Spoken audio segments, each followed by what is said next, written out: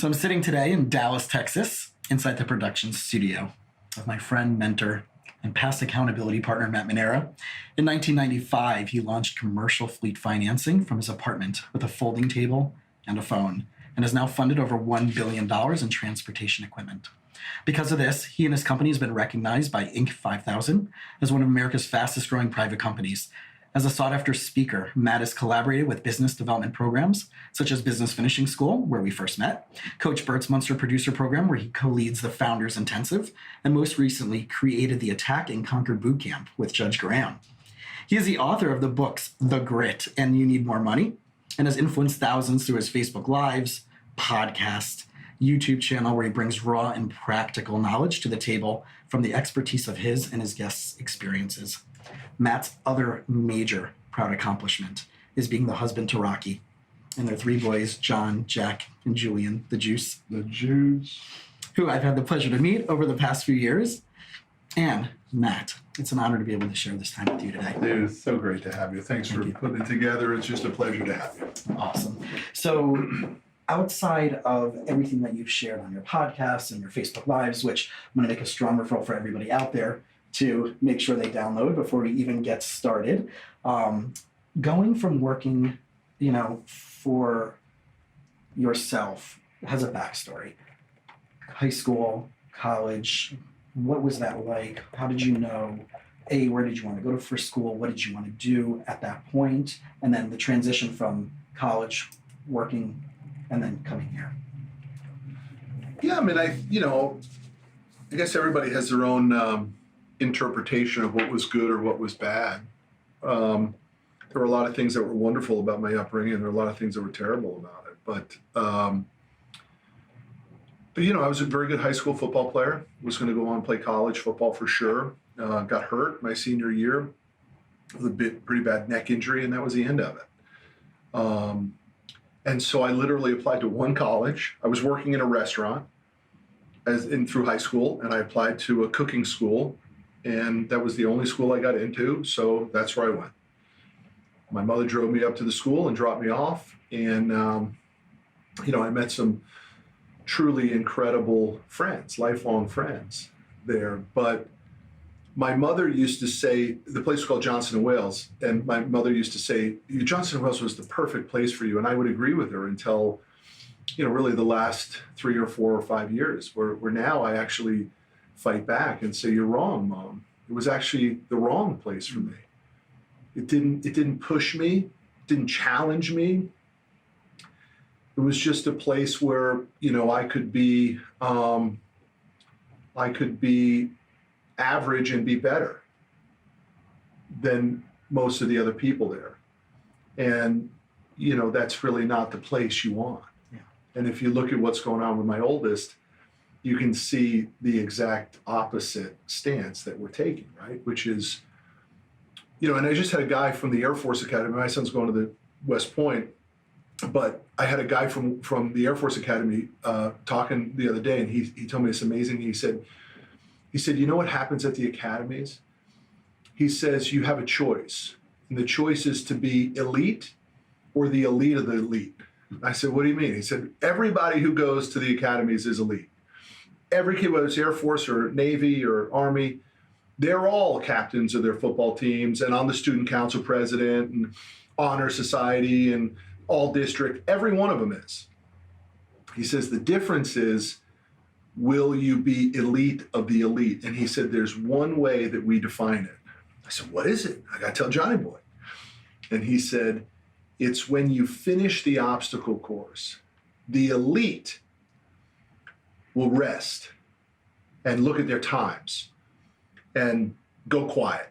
And he says, the elite of the elite go back into the obstacle course and help the other kids. He says, that's the difference between elite and the elite of the elite. And so maybe it's a long way of answering the question, but I always knew I had potential, man, but for most of my life, I just didn't even touch it. Yeah. And this is, I think, the main theme of what I'm trying to accomplish with the podcast, which is this idea of winning life, of reaching potential, finding purpose, and how I, as a therapist, can help people do that when my own background, my own backstory, a little bit of what you know is like that 1.8 GPA high school student, right? Which is crazy. And I was watching a Jesse Itzler and Mylett interview the other night. I don't know if you saw this one. And they were talking about their SATs. 1.8 is 1.8 GPA is pretty bad, right? So I put a lot of work into that one. But there's a lot of chaos in my life. My parents were going through divorce. I was a scholarship kid at this really awesome private school. But there was no internal belief in me, even though teachers would say, you have this capability, Sure. you're smart, you just apply yourself. I didn't know, I didn't care. I wasn't a bad kid. Did the other kids like you too? Yeah, I was I was social, very involved socially in school in this awesome youth. So on the outside, you know, everything was going good, but on the inside, you were just falling apart in a mess, wondering who am I and where am I going? Right, and then all the family stuff and the family trauma, and thank God everything has worked out years later. But not knowing what the heck I was going to do. And even though I had some really good influential people in my life, it wasn't like, where are you going? It's like, here's what you can do next. But it wasn't this big, long thing. And the people I was around they were about giving back. They were about like knowing what they wanted to do and giving back. But no one really had that roadmap the way that Who was one of those influentials that you're talking about? One of the people who I actually mentioned in my first podcast was one of my youth directors from my synagogue, Joel. And we're still very close today. And when things were really tough with my family, both emotionally and financially, he just created space for me to show up every day after school. Here, we need this to be done. Hey, we need this to be done. And we're going to give you credit towards events and conferences and retreats where everything that we went to, from a local thing in South Florida to a conference in Jacksonville, we're going to an international conference in Toronto. My senior year of high school was all covered. And no one really was looking out for me in that way, except for the people in my spiritual community, which had such a profound impact.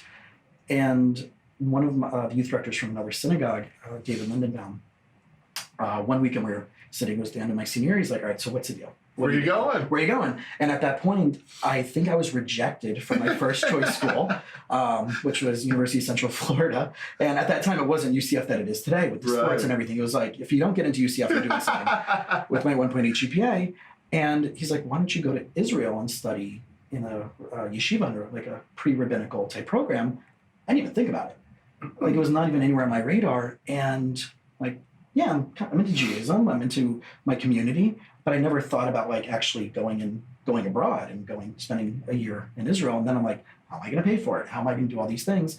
And then all of a sudden, this whole nother round of like people helping out to help give a little bit here, a little bit there. And all of a sudden, things were showing up for me. So off you went. So off I went, and I spent 2 years there. Oh, killer. Wow. And it was incredible with like the $3,000 I had in the bank, maybe bar mitzvah money, right? And started learning and experiencing like values. Not that I didn't have them in my family and my community, but just on a different level of people living a lifestyle that they were committed to based on values.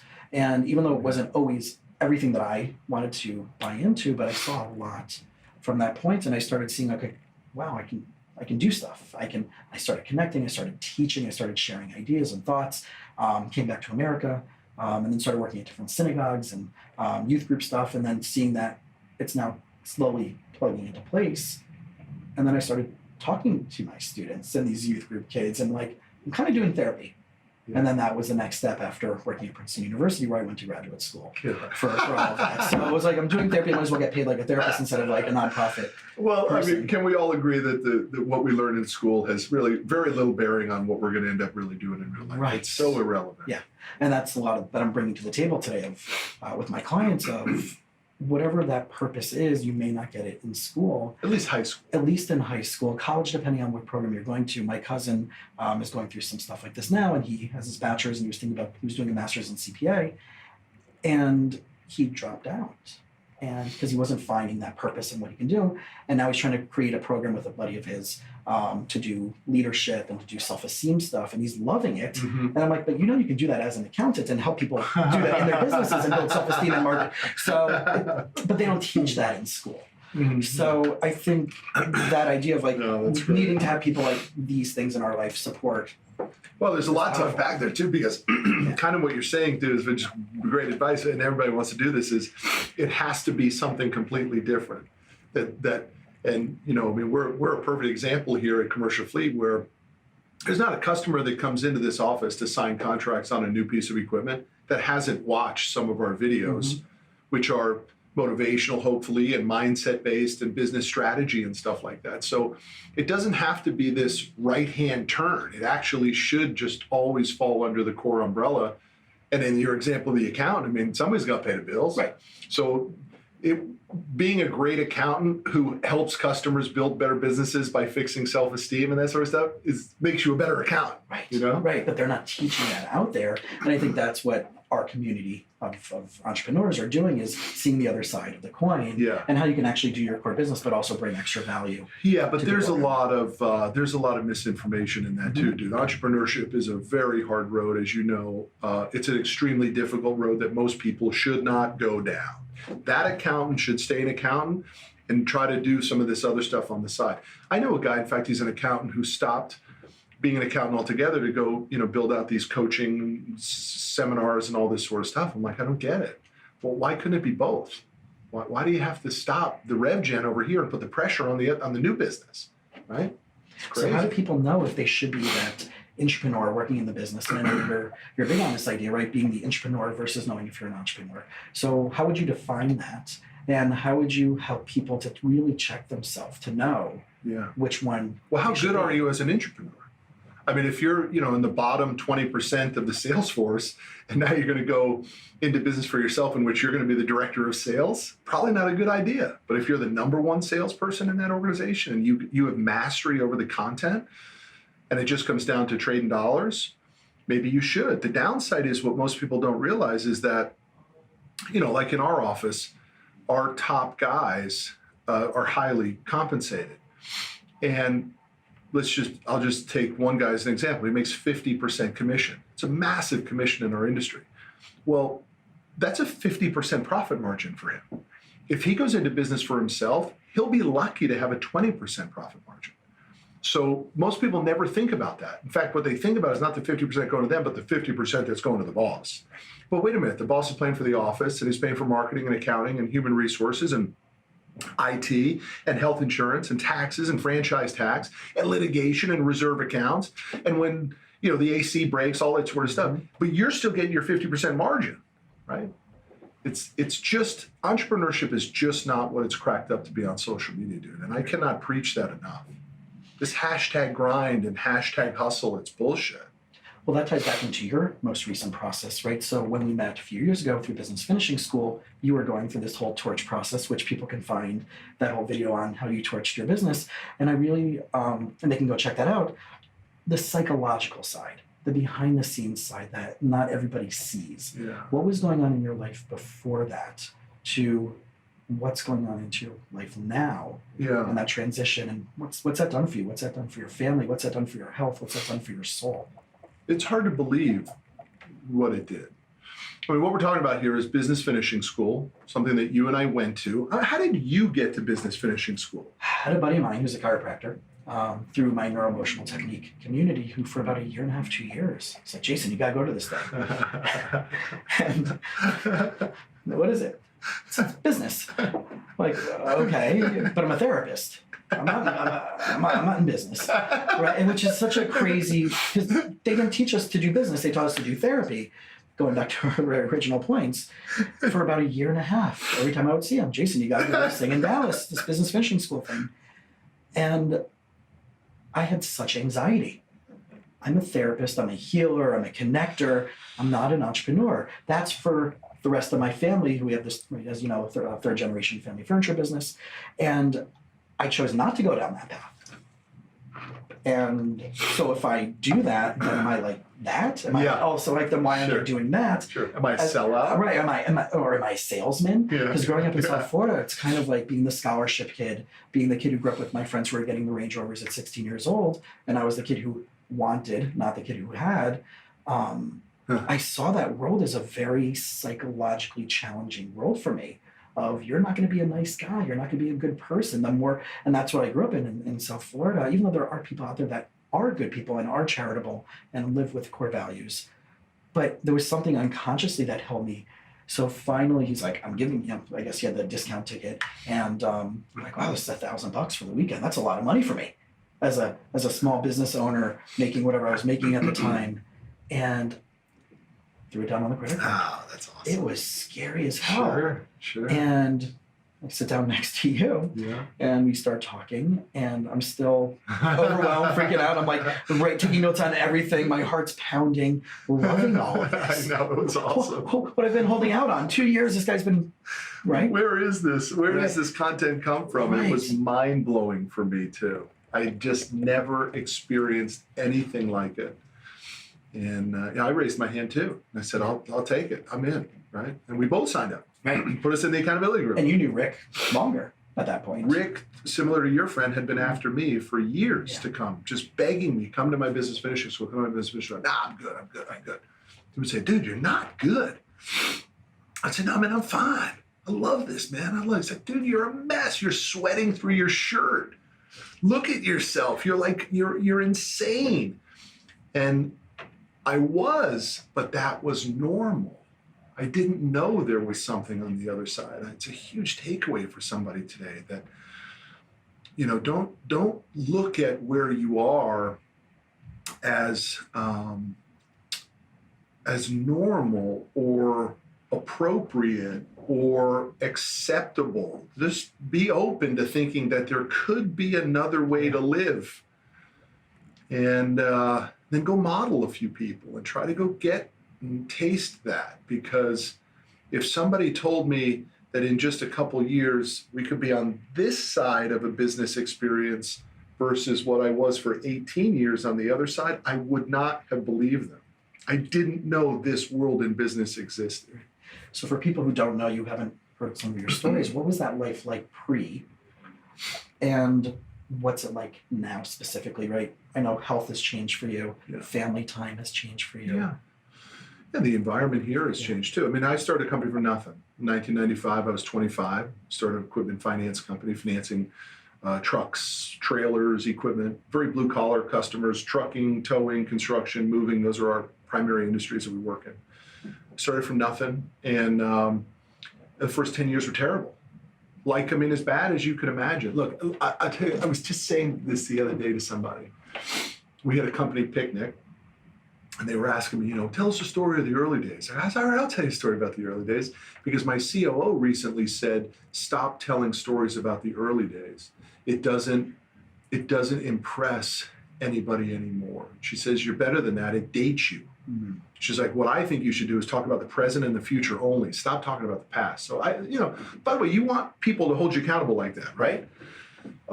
Anyway, I said, I'll tell you a story. I said, one day I came into the office, and we had an office in the hood, and I thought it was the Taj Mahal.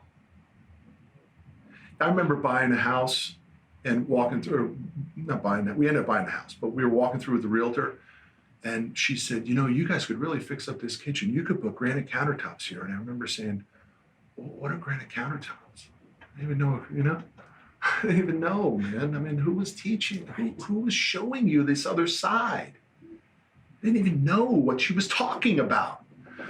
Anyway, I told a story that I came into the office in the hood one day, and someone had literally driven a car through the front of the office. It was glass, like a retail strip mall. And literally papers were blowing in the wind, and they stole all the computers and everything. And I remember calling the landlord and saying, hey, buddy, you got to come out and fix this glass. And he said, hey, buddy, you better read your lease. We covered to the glass. You cover from the glass to the inside. So I had to come up with the money to fix the glass. And then I came up with this amazing idea. I said, you know what I'm going to do? I'm going to go to the hardware store, and I'm going to buy black electrical tape. And I'm going to run electrical tape down the glass and make it look like there's bars on the windows. So if a guy tries to ram his car through this office, he'll say, I better not do it because the window's got bars on it. It never even dawned on me that the new hire that might be interviewing would be like, wait a minute, this office got bars on it? Or that the employees would say, I work for a lunatic that just put tape on the window to make it look like bars. If that gives you any insight onto how desperate I was in trying to survive, I don't know another story that could tell it. I mean, nobody showing me, not one person came in and said, what the hell are you doing? Not even an enemy came in. And you were married for how long at that point? Well, Rocky and I got married in 99. So that was like 97, Okay. 98-ish. I don't even think Rocky and I were together in that office. It was pre that. Yeah, I started the company before I even knew Rocky. So I was 2 years into the business before Rocky and I even met, and 4 years into the business when we got married. But she dealt with, I mean, believe me, there was still plenty of tough times. But, you know, interestingly enough, I think a lot of those insane stories and mindset stuff make for really good content and relatability now in building a personal brand, and now moving also into the Attack and Conquer Bootcamp series. So, I mean, I think there's a lot of people that have never seen that level of darkness. And to get out of that, to be where you're at now, what's it feel like? Yeah, I mean, it feels like I should have done it sooner. That's what I've done. Seriously, I mean, it's not like I go back to, oh, those were the good old days and relish I'm it. gonna go back there. No, I mean, I'm pissed. I'm pissed that I didn't do it sooner. I'm also pissed that nobody jumped in to help me, and that's unfair too, because there may have been some people. Mm-hmm. But you know, when you're that desperate, buddy, you're not even seeing the teacher, right? What's that old saying? The teacher's always there, but is the student? Mm-hmm. Has to show up. Yeah, you're not even, when you're so consumed with survival, you just start shutting down. And you don't even realize it that you're shutting down. You're shutting down emotionally, you're shutting down with courage, you're shutting down with ambition. And you just begin to get satisfied with this crappy existence that you have. And then you actually begin to justify that it's not so crappy. I used to bring banks to that office and like put breakfast out for them and show the office off. I mean, it was outrageous. It was so twisted. It's insane. I look back and only say, you know, I promise that no matter who I come in contact with, if I see that happening in their existence, I will be the person that challenges them to do more and to not be acceptance with that crap. What are some of the rebuttals that you're getting? So, because I know there's been people in my life who I'm not at the level where I would have that much of a massive influence when it comes to the business side, but the mindset side is what I'm perfecting. And I've invited people to come to programs like this.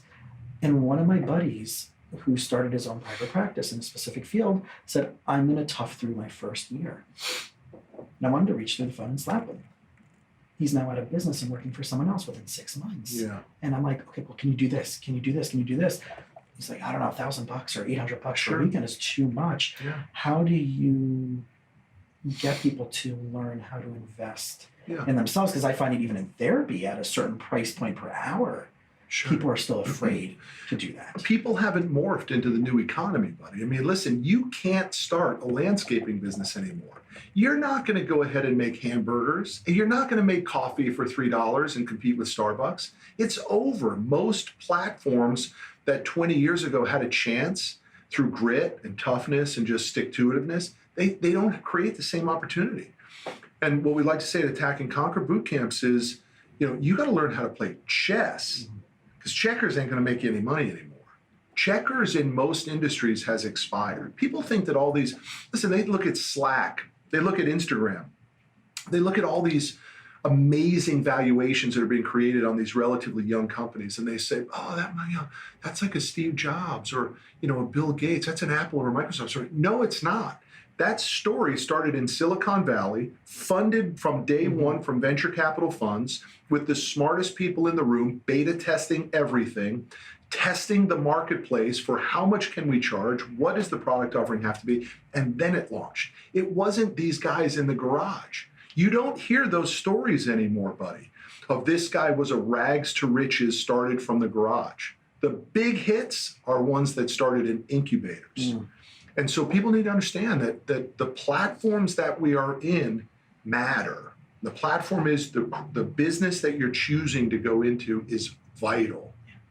Because the minute you stop being a solopreneur and begin to hire that first person, your margins and the complexity of everything changes. So taking it back from that, and I'm sure we'll jump back into that topic, but I know one of the things of massive importance to you while you were building this business was being able to be with your family. Yeah. And being a husband, being a dad. And I know, one of the times in our conversations, you talked about this chip on your shoulder, right? And using that as motivation. So what are some of those challenges? What are some of those changes that you've seen in yourself, starting off as this guy before you met your wife, becoming a dad, creating another baby, this business, that has helped you overcome those things? What's helped you overcome? What's helped you achieve? What are the resources? What's the work that you've done to become the guy you've become today that we're getting to know? I had a friend of mine ask me a similar question not too long ago over dinner. I've watched him grow and succeed. And he was saying the same thing. He's like, I just don't have that same chip on my shoulder. And I'm like, well, because you're doing good now. That's why. And I think a lot of that does go away when you start to hit a certain level of achievement. That hate, for me, it was hate, absolute just hate towards a lot of things and a lot of people. I think age has something to do with it. And then I also think there is a validation, and that validation isn't just necessarily from money. It's also just from, your inside, which you and I were talking about earlier about, how do you connect to the soul? Your potential starts to feel good. It goes from the uphill climb to the top of the mountain to the next mountain. You just want more of it. And so you sort of starve out the doubt and you replace it with confidence again. At least I hope that's how it works for most people, and I think that's how it worked for me. I just don't have those self-esteem issues that I used to have. I sort of figured out. But by the way, I'm 50, and I think this year is when it fired on all cylinders. So, that's 50 years of a lot of head cheese. So what are some of the things you're actually doing differently? For sure, it's physical fitness. Okay. I had a trainer who talked about what he called integrity weight. It's until your body connects to the strength in your mind, you will be out of integrity and you'll be fighting against it the entire time. And isn't it true? You see someone who's grossly overweight and you just know that they can't feel good about themselves. And no matter how the brain wants to cloud it, the body doesn't do what the brain wants it to do. So fitness is one for sure. The ability to feed into other people, right? The ability to give the same opportunity that I created for myself to other people, incredibly powerful. To give management, like our management team runs this place now, right? And to watch them begin to thrive and challenge themselves and even watch them break under pressure at times and be able to remind them it's going to be okay without being the jerk like I used to be, which is, what are you complaining about? Did I not tell you that story? Right? They don't want to hear that sort of stuff. They want somebody to say it's going to be okay. They want somebody to say that the breaking point is just short term. And those are powerful moments, man. I like to refer to that as the magic of entrepreneurship, because entrepreneurship is incredibly powerful when it's done properly. It's unbelievably powerful when it's done right. And it's one of the greatest things of being an entrepreneur, which is the ability to help other people do things they never thought they could do. It's awesome. So is that the difference or the shift between owning a company and leading a company? Well, look, that's owning a company never is the same as leading a company. You always have the ultimate threat goes to the owner. What's the threat? Regulation changes.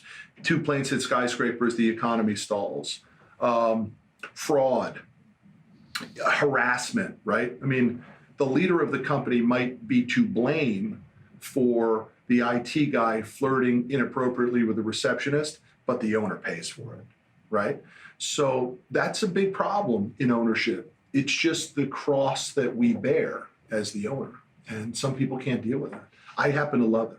It doesn't trouble me at all. It's the risk return for me. I dig it.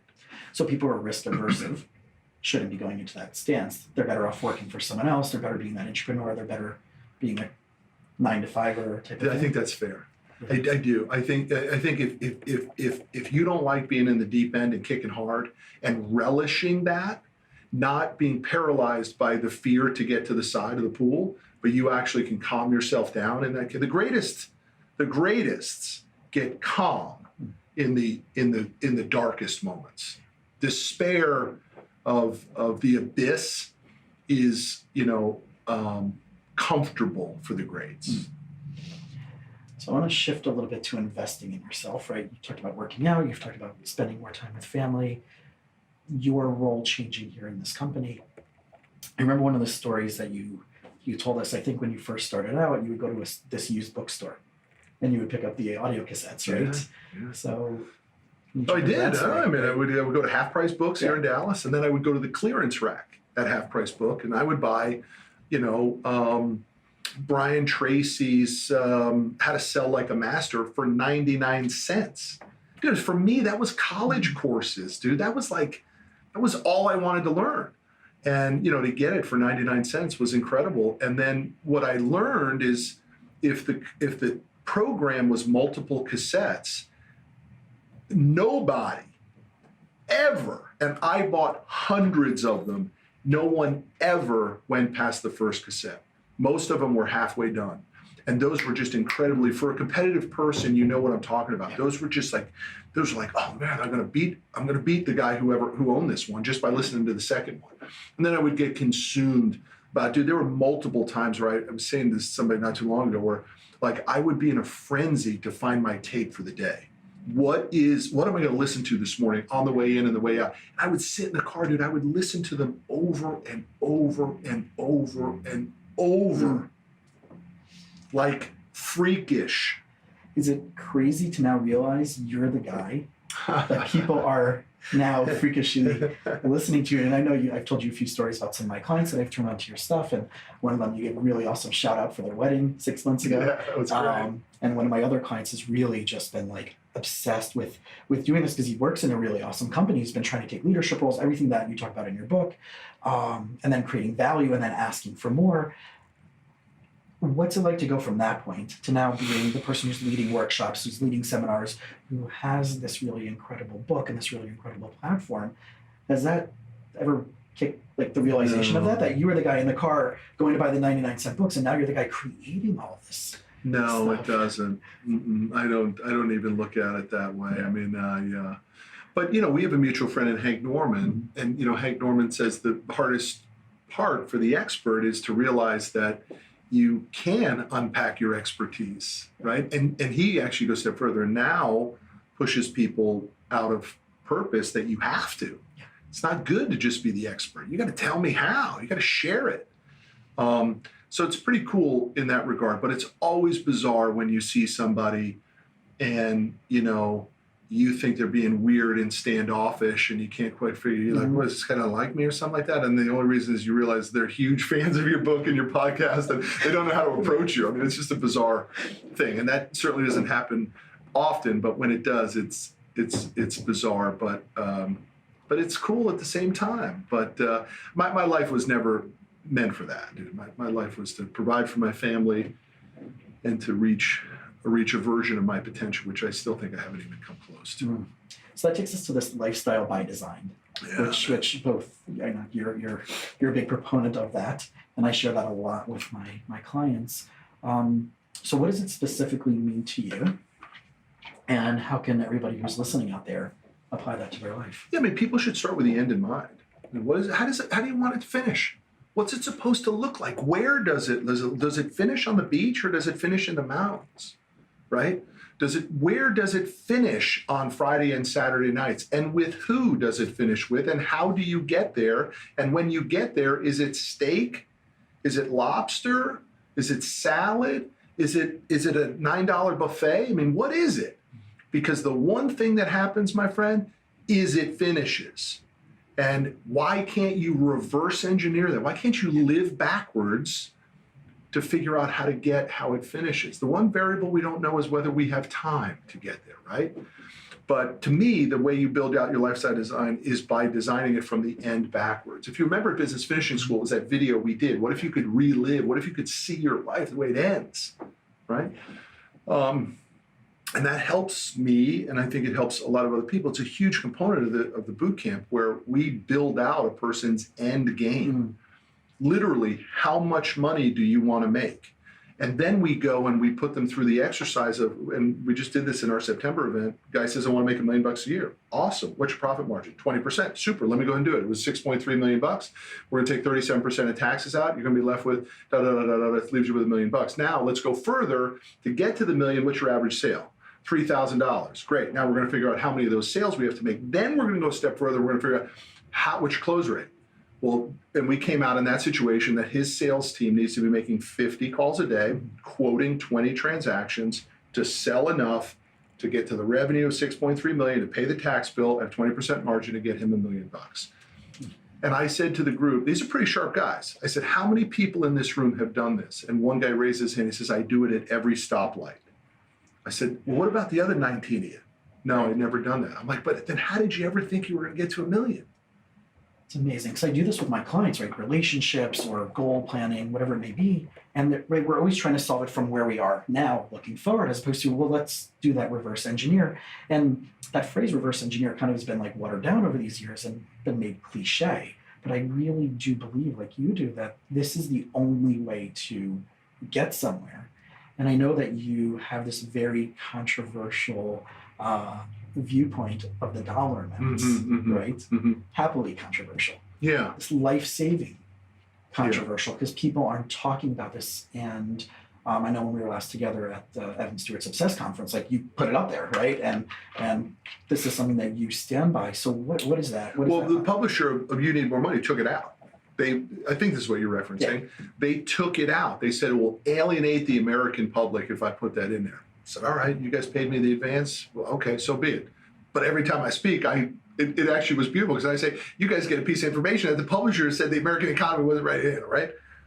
Life begins at 150 grand a year. Life gets better at 250, and life gets good at 500. And you can test those numbers with anybody you want. And the only person that tells you those numbers are not accurate or someone who's not making those numbers. Every single person knows at 150, maybe the spouse doesn't have to work anymore. At 250, the trips can start and maybe some niceties. And at 500, you begin to say, I'm cooking with gas. The thing that happens at 500 is you begin to say, I can see $1 million. And the thing that happens at $1 million is you begin to say, I can see 3. And when you get to 3, you start to say, I'm good, or I'm going to turn into a psychopath and I'm going to go get really rich. That's the way it plays out for the winners. And you only get to those numbers if you're a winner. But people also have to start off at making 50, 70, 100 grand a year to get there, right? 1996, the revenue of this company was $46,000. $46,000. So everybody starts from someplace. But why wouldn't you? I mean, that's never to be afraid of. Everybody's got to start broke, man. Starting broke is awesome. There's no challenges with it. It's just staying there that sucks, right? And for me, we were broke for a decade. And that's just the price we had to pay. And I regret that. We should have done it faster. It was a huge mistake.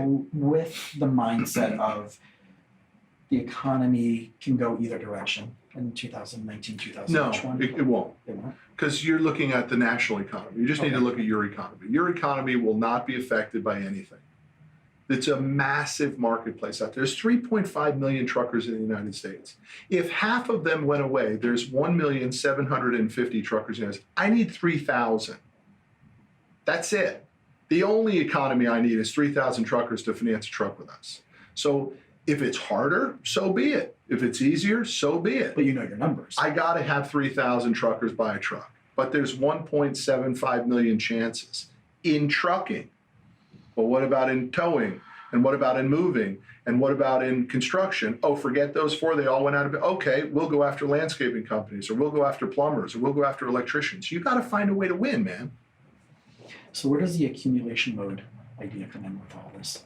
Well, then what do? I mean, you got to stack and rack the cash because without accumulating cash, most entrepreneurs finish broke. Most small businesses, my friend, finish the way they were started. It's what we were talking about earlier, that no man's land. And very difficult to get through no man's land. It's when you go from let's just say 5 million in revenue to try to get to 50 million in revenue. That range is no man's land. And if you're doing it at 10% growth rates, it's going to take you way too long and you won't survive it. You need to start cranking again and get from 5 million to 10, from 10 to 20, from 20 to 50, and then you can feel reasonably okay that it's going to last forever. I mean, would you say that your family feels as though the furniture business still has a chance to go out of business or not? I think they're seeing, with what they're putting into play, exponential growth. Yeah. And the reputation that they have is really, really sound and really high quality. So it's funny that there's other companies out there that are trying to sabotage them locally. Market leader.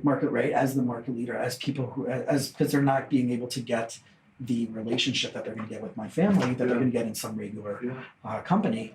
And they know that there's exponential growth in that, because everybody always needs furniture. There's really two segments. There's the people that are going to go to Rooms To Go or IKEA, and then there's going to be people who are going to want handcrafted American and Italian higher quality because they feel the value in that. So I guess I wonder if it is a value versus a money thing, which I know Well, what I'm trying to get to is, when do you get to have confidence in your business?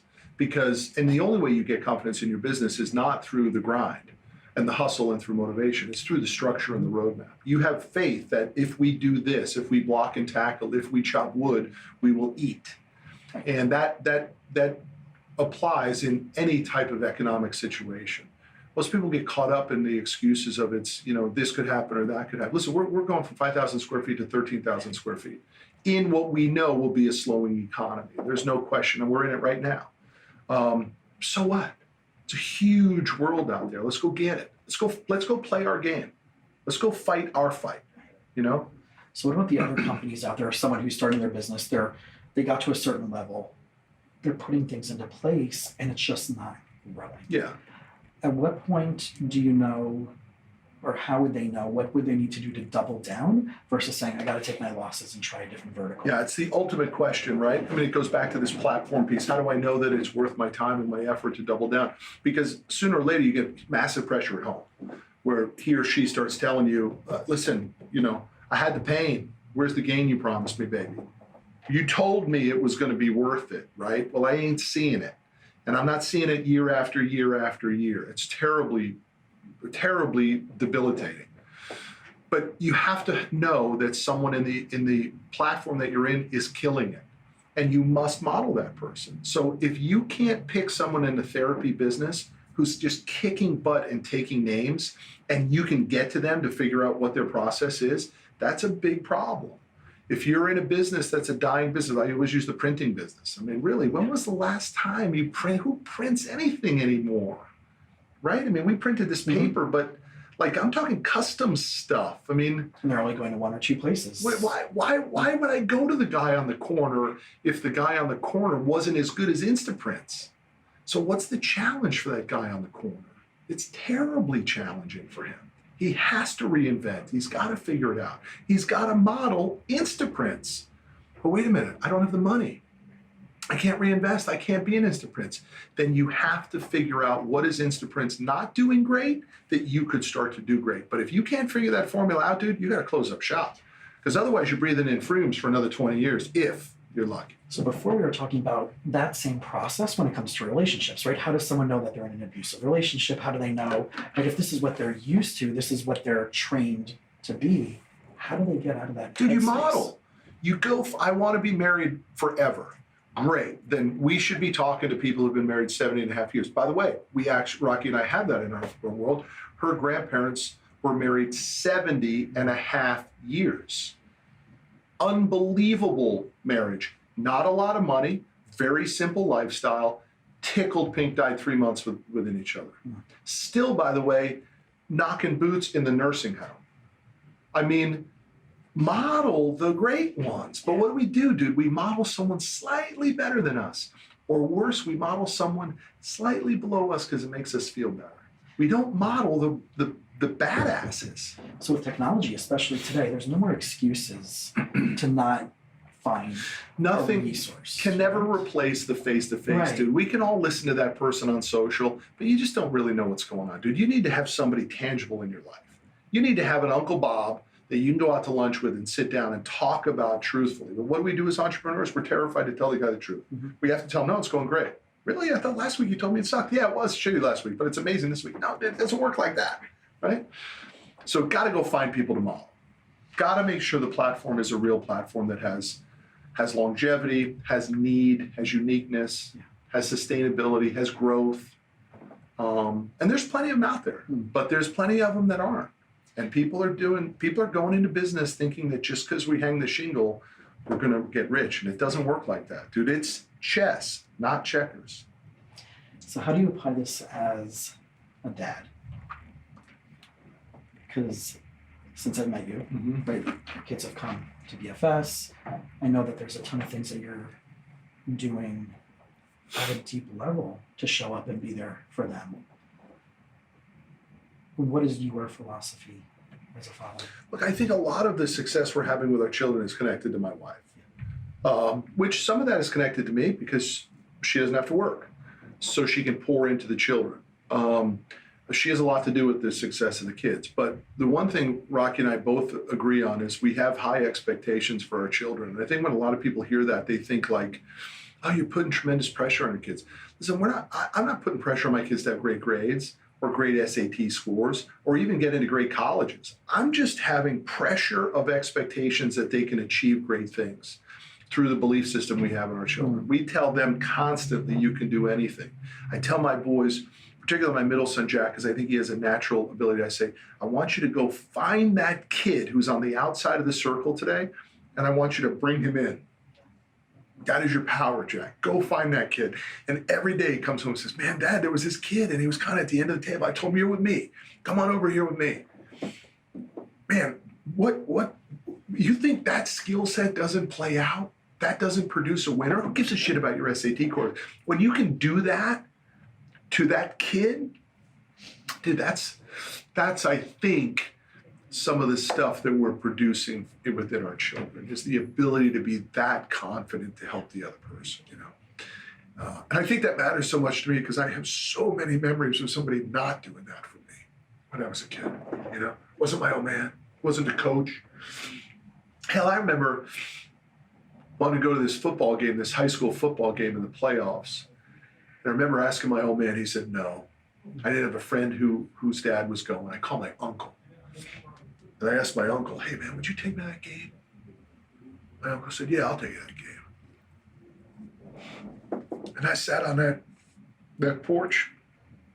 He never showed up. Never came to get me.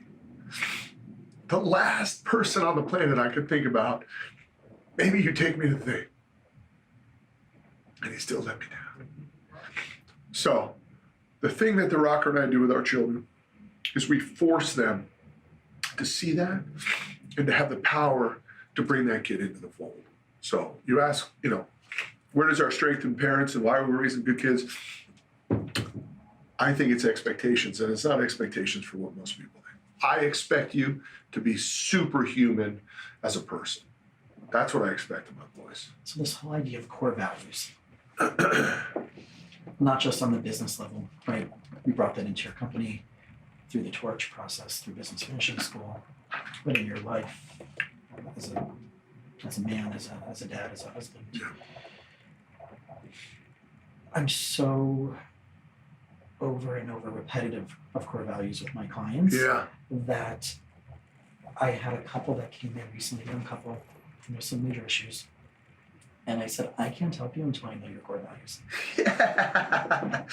And I sent them home with a worksheet. Oh, that's tough. Right?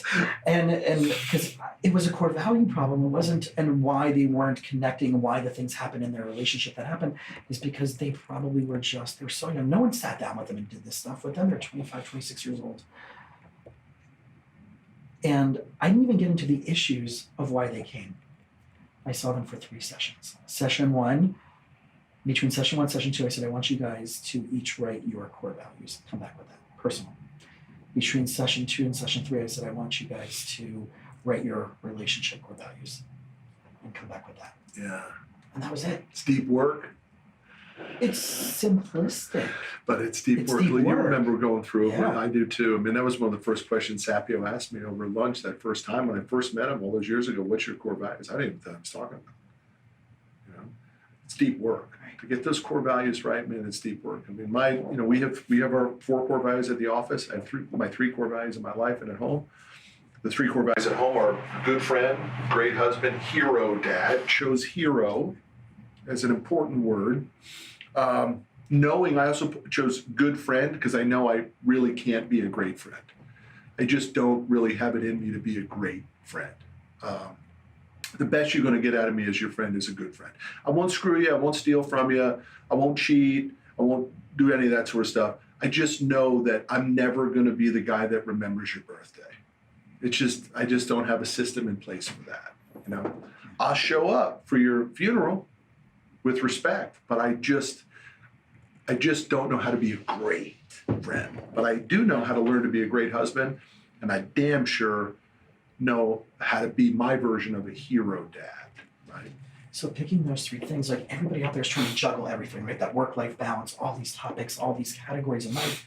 You're saying, this is what I got. These are my 3 primary focuses. Yeah. Well, the kids, Juicy says, hey, Dad, you want to jump in the pool? No, I don't want to jump. Wait a minute, hero dad, coming in. Yeah. Oh, they change. They instantaneously put you back on the path, And they're vital, but I recognize the difficulty in asking the question to your clients and them saying, well, that seems a little bit watered down, but it's so not watered down. It's the ultimate. It's the ultimate foundation of everything that we want to get. I did a retreat for young professionals about 3 weeks ago, and my afternoon class was, what's your dating brand? And it was all core values, right?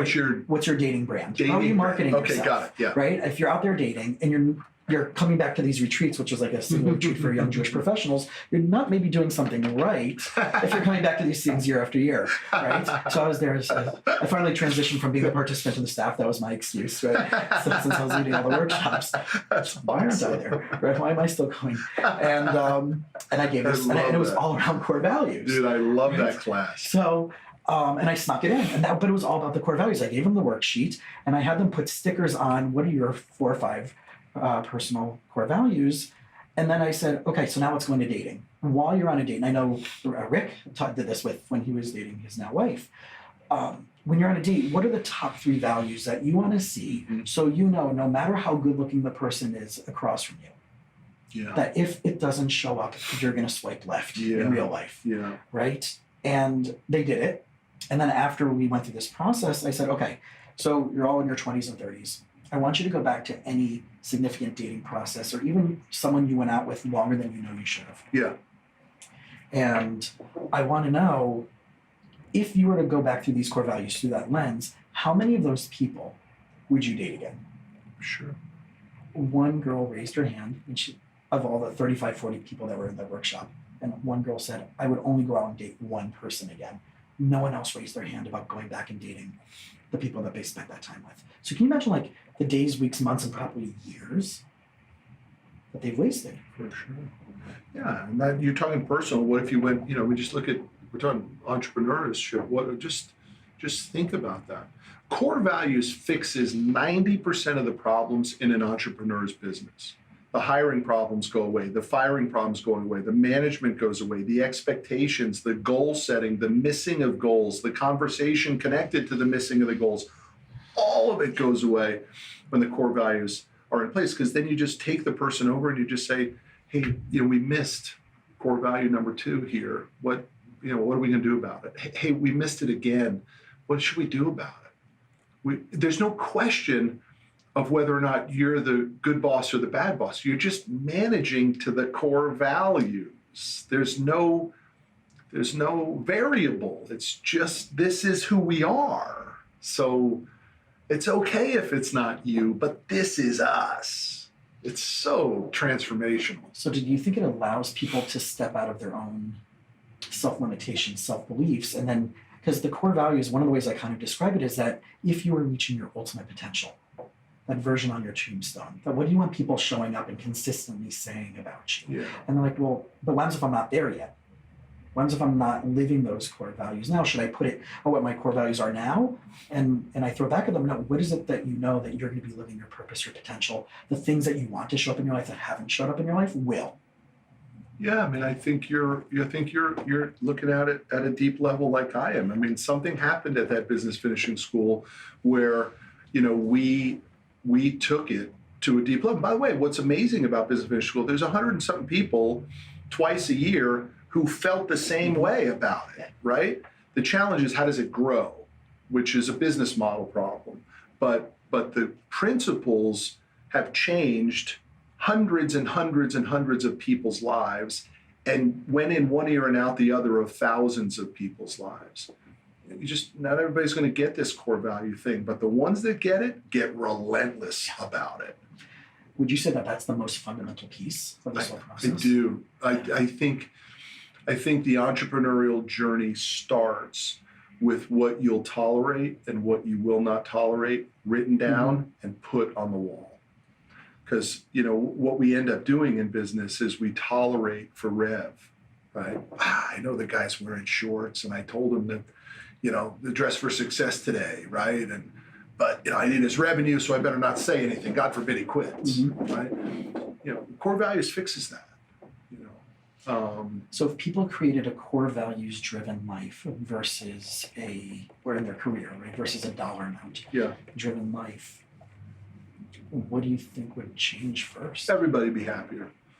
I mean, just know what you'll tolerate and what you won't tolerate, and trust the universe that it will reward you for that discipline and that courage, right? I mean, it's just, that's just the way it is. And by the way, there's variables of that, right? Like I'm listening to a lot of Jordan Belfort lately after the Belfort Cardone thing. It sort of put him on my radar screen.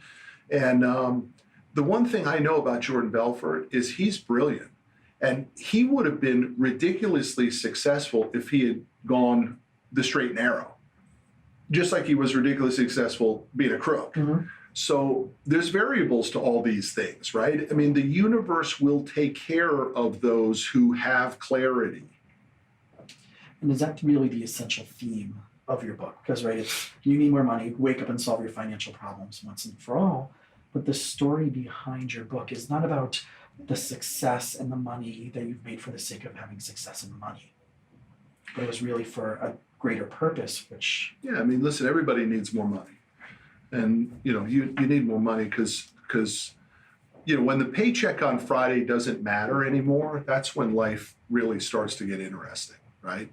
But once that's all taken care of, then you want to be in a position where you can help the people you love the most, because those are incredible checks. And, Rocky and I have been able to do that. The story is about her brother-in-law who died at 46, got sick at 46, and then died a year later with a wife, 4 kids, no health insurance, no life insurance, and $100 in the bank, right? Those are great checks, dude. Those aren't just checks for him and his wife and his children, but those are great checks to write for the rocker, too, and for the rocker's mom, Gigi, to know that, all of them no longer have to worry about one element of this attempted recovery to get better. You know what I mean? It's fucking powerful. Yeah. It's just money solves problems, period, end of story. Anyone who doesn't have money as a major factor of happiness doesn't get it. It is part of the game of life. Life punishes you without money, It does. So how does people fine-tune it from going to the entrepreneur mindset that's out there in that social media world to where you had that opportunity to do? And I don't know if that's a place where what's that line that success or money will just amplify the organic who you are. Version of who you are.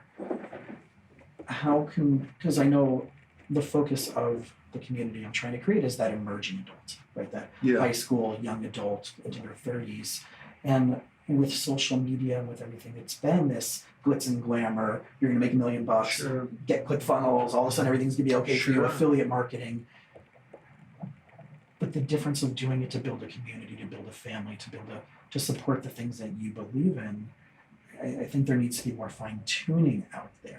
I think a vision of yourself is important before you're that person, right? I mean, the fat person's got to see themselves skinnier. The crappy dressed person has to see them in nicer clothes, right? You do have to visualize what you are capable of being. And that's very hard for a lot of people. It's very hard. And so I think the beautiful part is to surround yourself with somebody who can actually feed you like that. On my weight loss thing, I had a trainer. This guy fed into me who I could look like every morning at 6 o'clock in the morning. Every morning he told me, man, this is what you should bring me pictures of The Rock. He would bring me pictures of what's that guy? He was in the movie The Hangover. Bradley Cooper. He'd say, "This is the outfit you should wear," and I'd go out and buy the outfit, and I'd look better in the outfit. Right? We need someone like that in our lives that can have a vision for us that we may not see for ourselves. And the sad part is, for a lot of us, we never get that person, so we never become that person. Right? Haven't you ever looked at somebody and said, "Man, she's beautiful." If she lost 80 pounds, you can see her eyes are beautiful and some of her features, but she feels so crappy about herself that she stays fat he or she. Imagine what could happen if that person. But that process of transformation is not a one and done. It takes It's a time. long-term commitment.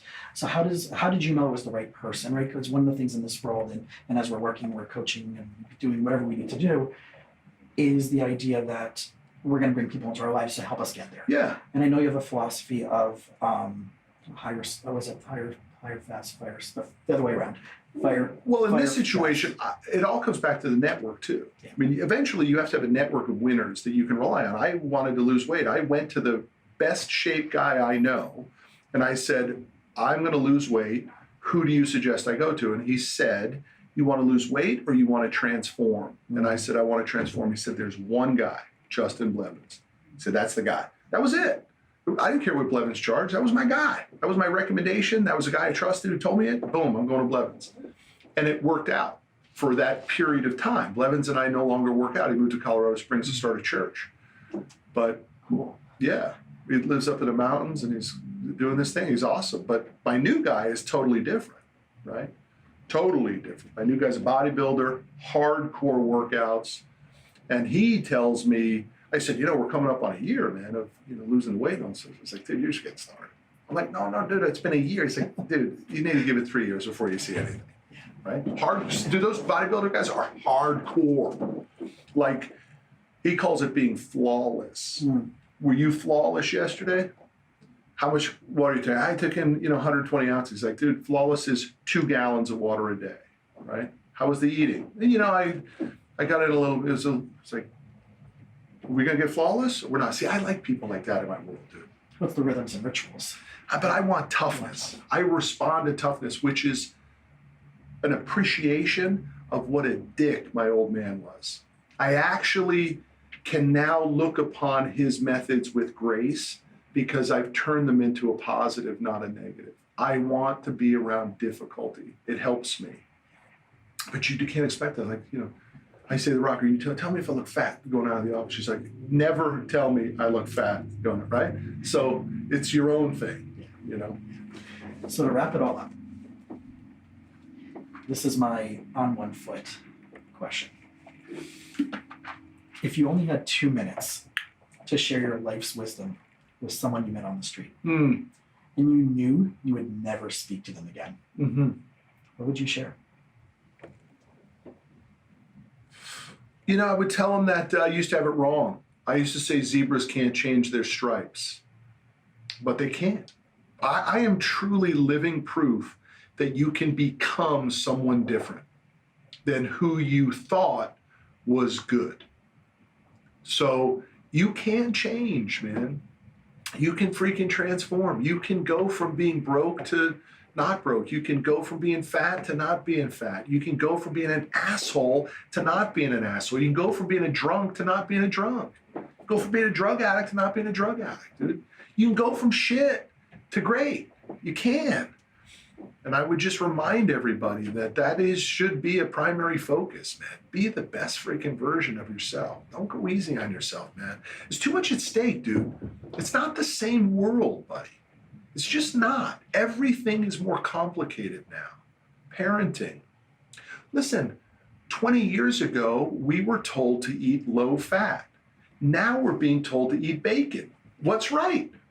I don't know what's right. How do we know? Right? I don't know. Are we supposed to buy certain real estate, or is that changing? Is Bitcoin legit, or is Bitcoin a joke?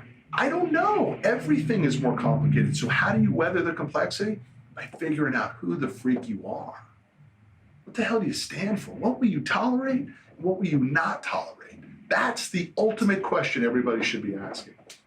I refuse to be around that type of person, or that type of conversation, or that type of facility, or that type of environment, or that type of neighborhood. All of those things matter, man. I remember I had to do that with somebody. I was good friends with them, and their reputation kept popping up. And I always had this idea of, if they're saying this about him, and Jason's good friends with him, what are they saying about me? Even though they knew kind of where I stood, but it's guilt by association. And I grew up never, and I still am working on this, of never wanting to hurt someone else's feelings on my behalf. And throughout the years, looking back of people I've worked with, people I've had to hire, whether I was working for the youth group in a nonprofit, that I would always take the brunt of them messing up, doing something wrong, not being a good example, versus wanting to hurt them. And I think once I started learning that toleration tendency around how am I hurting myself, about the fear of not being liked because of saying no, this doesn't work, this is not the values that I think that was the biggest shift for me about that. But there's a lot of power in believing in somebody when they're down too, man. You know, and that's the magic of trying to figure out the game of, should I be pouring into this person? Do they really have an upside? Do they have potential? And might I be the person that could pull it out of them? There's real power in that, you know. But you know, as a therapist and as people who are, you know, counselors and things like that, I mean, it's a low percentage. You know, the key is to not get hardened. I know a guy who mentors college athletes, D1 college athletes who fall into drugs and all that sort of stuff. He's freaking hard as nails, man. I mean, he expects you to fail. And I don't know that that's the right way to go either, you know? So what projects are next for you? How can our listeners get involved, and how can they find you? I mean, get the book. You Need More Money on Amazon. I am writing a new book called The Torch, How to Torch What You Like to Get What You Love, which I hope Penguin will pick that up like they did You Need More Money. The big focus is continuing to keep the machine at commercial fleet, spitting out tokens. But, you know, I pretty much delegated a lot of that, almost all of it, to the executive management team, who I trust completely. And then it's now ramping up this burntheships.com, which will be a course which feeds to boot camps. And then we'll be launching that Tribal Rocket software company in probably another 6 months. But that Tribal Rocket is going to fix a big problem, which is how do you insert and execute on real company culture within an organization for change.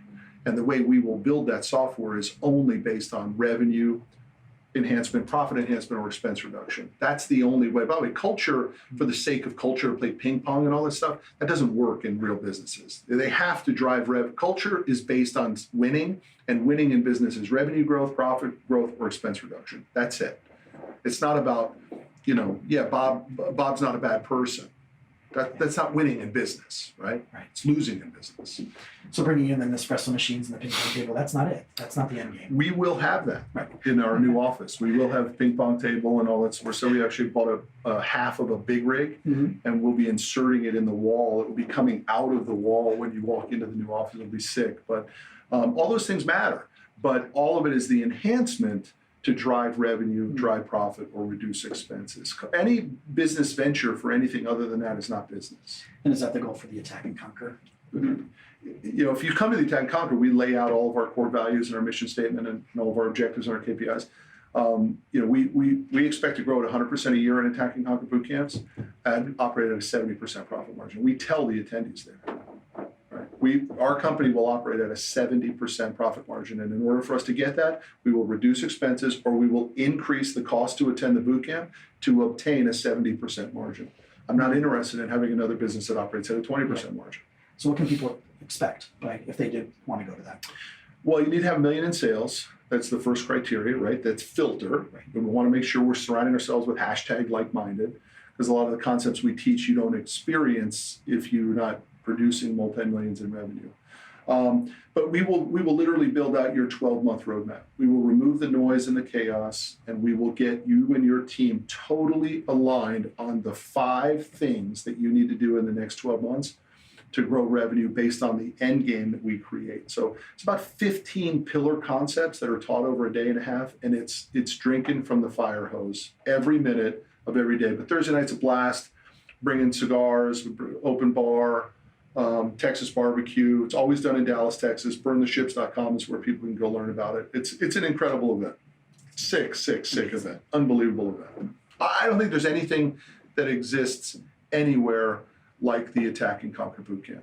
And by the way, 100% money back guarantee. That's how confident we are. If for any reason you didn't think the value was greater than the cost to attend, we will write you a check on the second day. You leave with your money back. And that money back guarantee is also backed up by someone else. Yeah, Cardone endorsed it. You can see it on burntheships.com. It's pretty cool. We won't take Uncle G up on that, but we'll certainly stroke you a check. We've never had anybody ask for their money back, and nobody ever will. We made the wrong choice if you ask for your money back. So thank you. Thank you you for this time. Thank you for being an example to me, to my community, to people that know you through me. One of my sister and I were talking, and she's like, "Are you gonna get him to say burn it?" And so congratulations on, as you say, getting your piece of the American. Everybody should get their piece. There's a lot of pieces available, dude. Yeah. Thanks, man. So thank you so much. Cool. Appreciate it. Thank you. I look forward